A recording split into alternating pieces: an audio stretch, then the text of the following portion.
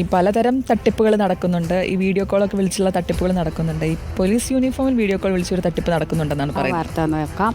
Police യൂണിഫോമിൽ video call ചെയ്ത് ഭീഷണിപ്പെടുത്തി പണം തട്ടുന്ന സംഘങ്ങൾക്കെതിരെ ജനം ജാഗ്രത പാലിക്കണമെന്ന മുന്നറിയിപ്പുമായി പത്തനംതിട്ട ജില്ലാ പോലീസ് മേധാവി വി അജിത്.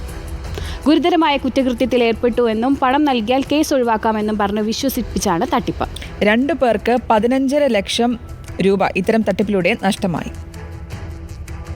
ഉയർന്ന പോലീസ് ഉദ്യോഗസ്ഥൻ ചമഞ്ഞ് യൂണിഫോമിൽ പ്രത്യക്ഷപ്പെട്ട് വീഡിയോ കോളിലൂടെ തട്ടിപ്പ് നടത്തുന്ന സംഭവം. പോലീസ് ഭാഷയിൽ ഫേക്ക് എൻഫോഴ്സ്മെന്റ് ഓഫീസർ ഫ്രോഡ്. കബളിപ്പിക്കപ്പെടുന്നത് ഉന്നത സ്ഥാനങ്ങളിൽ ജോലി ചെയ്യുന്നവർ ഉൾപ്പെടെയുള്ളവർ. ജനം ജാഗ്രത പാലിക്കണമെന്ന് പത്തനംതിട്ട ജില്ലാ പോലീസ് മേധാവി വി അജിത്. ഏതെങ്കിലും ഒരു അക്കൗണ്ട് നമ്പർ കൊടുക്കും. ആ അക്കൗണ്ട് നമ്പർ ഫേക്ക് ആയിരിക്കും. ആ അക്കൗണ്ട് നമ്പറിലേക്ക് ആൾക്കാർ പൈസ അയക്കും. അത് പൈസ പോയി രണ്ടാമത് വീണ്ടും പൈസ ആവശ്യപ്പെടുമ്പോഴായിരിക്കും ചിലപ്പോൾ പരാതികൾ വരിക.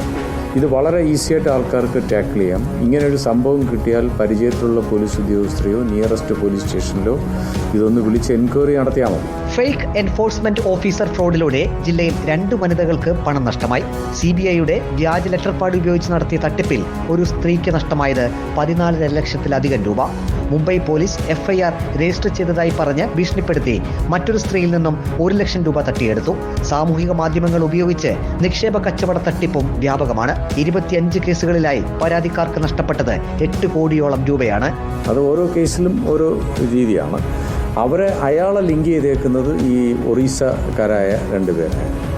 അവരെയാണ് പിന്നെ അവിടുത്തെ പോലീസ് ഇതേ കണക്ക് സൈമിൾട്ടേനിയസ് ആയിട്ട് 1930 രജിസ്റ്റർ ചെയ്തതിൻ്റെ ബേസിൽ അവിടുത്തെ പോലീസ് പിടിച്ചു. ആ രീതിയിൽ നമ്മളിവിടെ കസ്റ്റഡി വാങ്ങി ചെയ്തു. സംശയകരമായ സന്ദേശങ്ങളോ കോളുകളോ വന്നാൽ 1930 എന്ന ടോൾ ഫ്രീ നമ്പറിലേക്ക് വിളിച്ച് ആളുകൾക്ക് വിവരം ധരിപ്പിക്കാവുന്നതാണ്. പോലീസ് ഉദ്യോഗസ്ഥരെയും വിളിച്ച് വിവരം ധരിപ്പിക്കാമെന്ന് ജില്ലാ പോലീസ് മേധാവി വി അജിത് അറിയിച്ചു. റിപ്പോർട്ടർ പത്തനംതിട്ട.